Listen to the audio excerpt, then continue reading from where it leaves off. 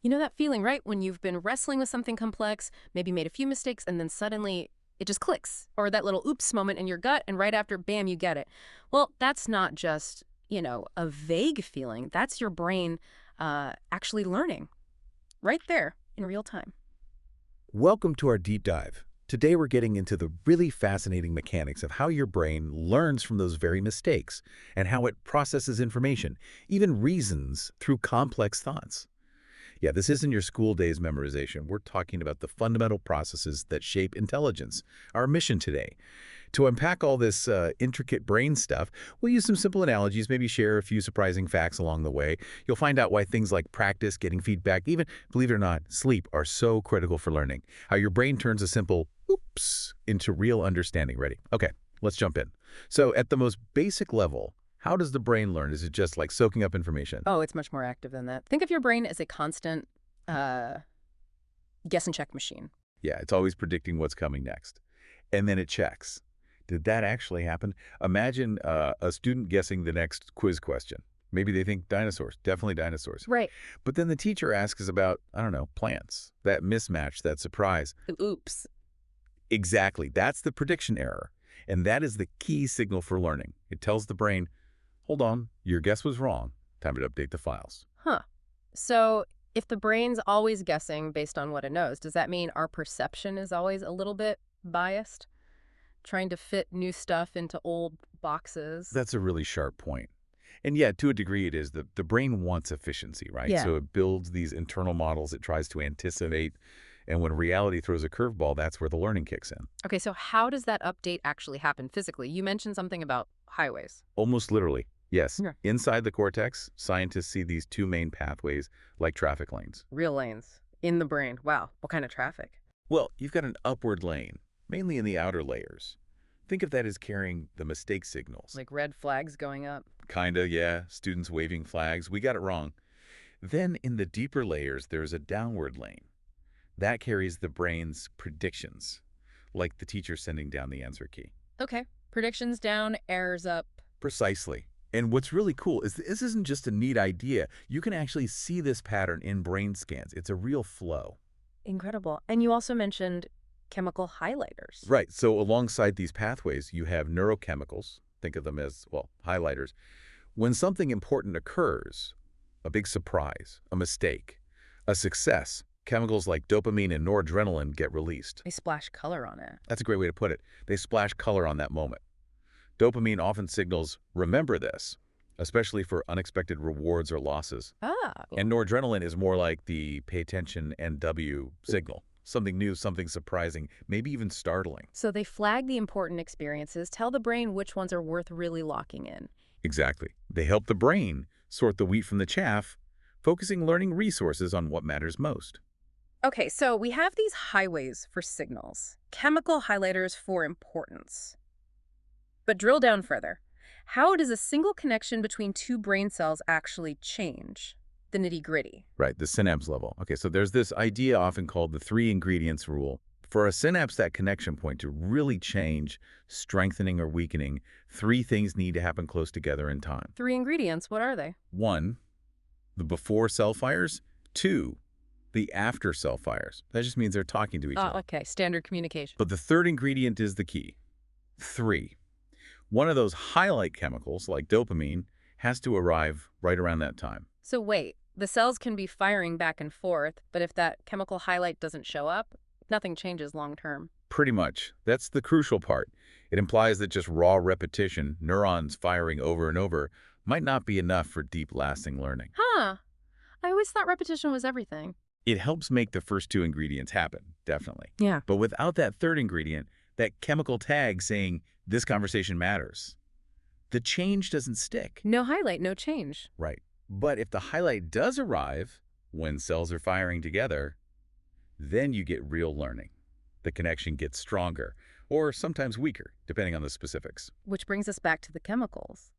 If neurons are talking all the time, what decides when that highlight arrives? What triggers it? Yeah, that's the million-dollar question, isn't it? What actually makes that highlight show up? Is it like a referee blowing a whistle only for the big plays? That's a perfect analogy. Yeah. Think of it as a brain's internal coach or referee with a whistle. Mm-hmm. Most of the time, neurons are just passing the ball back and forth. Routine stuff. Coach is quiet. Okay. But then something important happens, Sweet. The whistle blows. That's the burst of chemicals. Everyone stops and takes notice. And what kind of plays get the whistle? Well, think about it. Unexpected rewards, like finding a tenner in your old jeans. Yeah, nice surprise. That's likely a dopamine burst. Brain says, whoa, better than expected. Remember how that happened? Makes sense. What about bad surprises? Like your favorite coffee shop is suddenly closed, you might get a dip in dopamine. Worse than expected. Maybe don't rely on that place. Okay. Errors and rewards. Big, sudden changes, too, like a fire alarm going off. That's probably noradrenaline. Alert.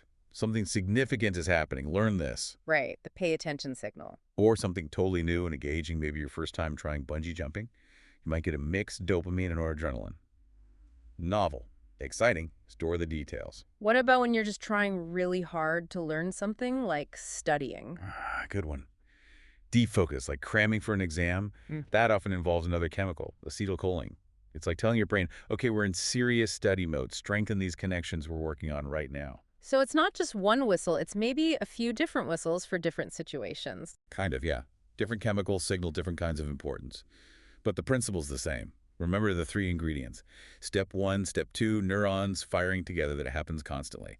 But it's the whistle, the chemical burst, triggered by reward, surprise, novelty, or intense focus that tells the brain, okay, these connections, the ones active right now, lock them in. They mattered. No whistle, the moment just fades. Exactly. Like scrolling through photos on your phone, you see thousands of images, but you only hit save on a few special ones. The chemical highlights are the save buttons. Precisely. They turn fleeting neural activity into lasting memory or learning. Okay, this is starting to paint a really clear picture of basic learning. But how does this scale up? What about complex stuff, like reasoning, planning, problem solving? Great question.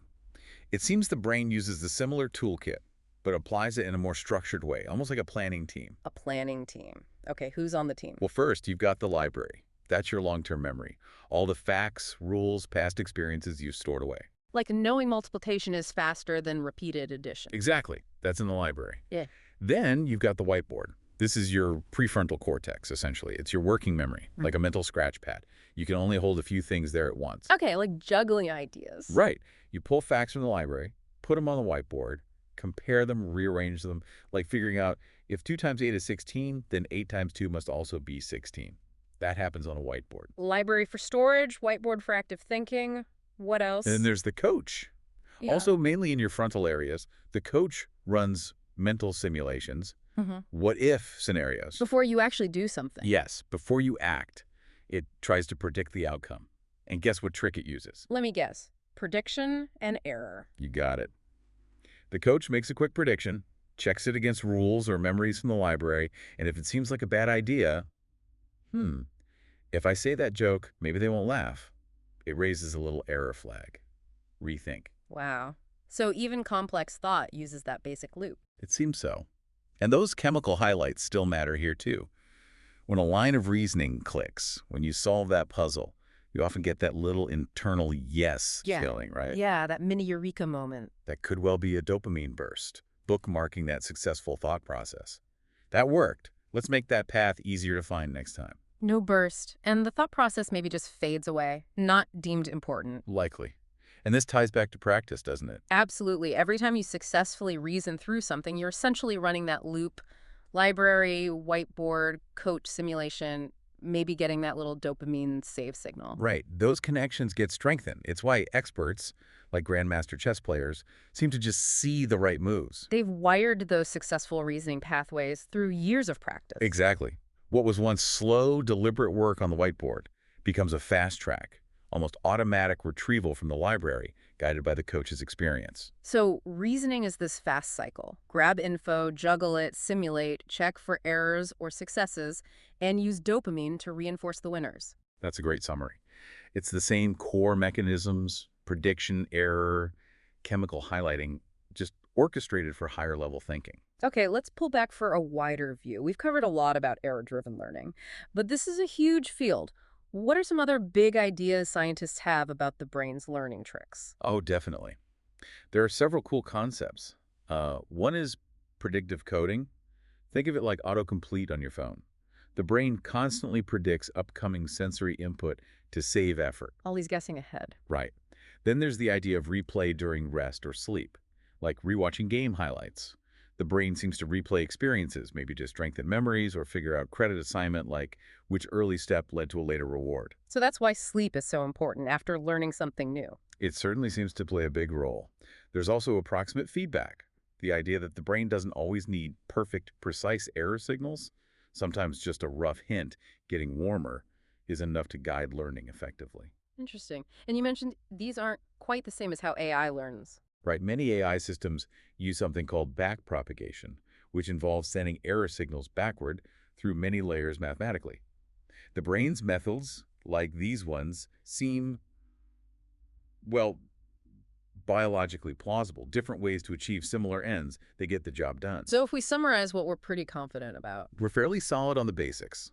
That up-lane, down-lane structure for predictions and errors, the role of key chemicals like dopamine in tagging important events or errors. And the three ingredients rule at the synapse. Before cell, after cell, plus highlight. Exactly. Those seem like core principles, but there's still a lot that's, well, fuzzy. Fuzzy areas. Like what? Well, does every single part of the brain work using this prediction error framework? No. Or is it dominant in some areas, less so in others? That's still debated. Okay. Also, how does the brain handle really long sequences of actions where the reward, or the mistake, only becomes clear away at the end? Does it absolutely need that offline replay during sleep, or can it do more clever things in real time? The credit assignment problem. Precisely. And just the sheer scale of it. How do billions of tiny synaptic changes guided by these local rules collectively add up to mastering something incredibly complex, like playing the violin or speaking a language? The big picture integration is still being worked out. That makes sense. So lots known, but still huge questions. What would you say is maybe the biggest remaining mystery in this area right now? Or that's a tough one. But if I had to pick, I'd say it's drilling down into the exact mechanism of the highlight. Specifically, why does that dopamine signal, or noradrenaline, or acetylcholine burst happen precisely when it does for a specific learning event? And how does it achieve such pinpoint accuracy? We know the general triggers, surprise, reward. Right, we know the broad strokes, unexpected good stuff, bad stuff, sudden changes, intense focus, novelty, fifth deal. These reliably get dopamine or other neuromodulators flowing. We know these chemicals often get sprayed out widely, like sprinklers on a lawn, from deep brain centers. Sprinklers, not like a targeted spray. Often, it seems more like a broadcast. And we know synapses have to be eligible, recently active, to be affected by that spray. Blocked dopamine and certain types of learning just stop. So we know the conditions and the effect, but the exact why now and why this synapse is the puzzle. Exactly. What's still fuzzy is the precise moment-by-moment calculation. What's the exact if this and this but not that, then release dopamine checklist? Who pushes the button for the sprinkler? Yeah, because those dopamine neurons themselves are listening to thousands of inputs from your eyes, your ears, your memory, your internal state. Untangling that complex decision-making process in real time is incredibly hard. Like trying to figure out why a news editor chose that specific story for the front page today. That's a fantastic analogy. We know the general rules, big news, shocking events, local interest, but the editor's exact internal weighting. Why this story over that other slightly less shocking one?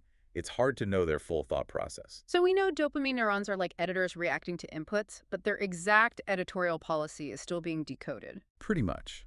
We know the whistle blows for surprises and rewards, generally speaking. But the complete, detailed referee's rulebook, we haven't fully cracked that yet. And how that broad chemical whistle leads to such specific surgical changes at just the right connections is still a major focus of research.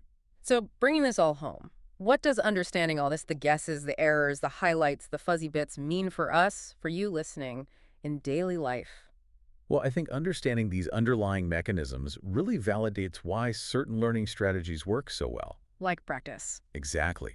Consistent practice gives your brain more chances to make predictions, spot errors, and potentially trigger those saved highlights. And getting feedback. Crucial.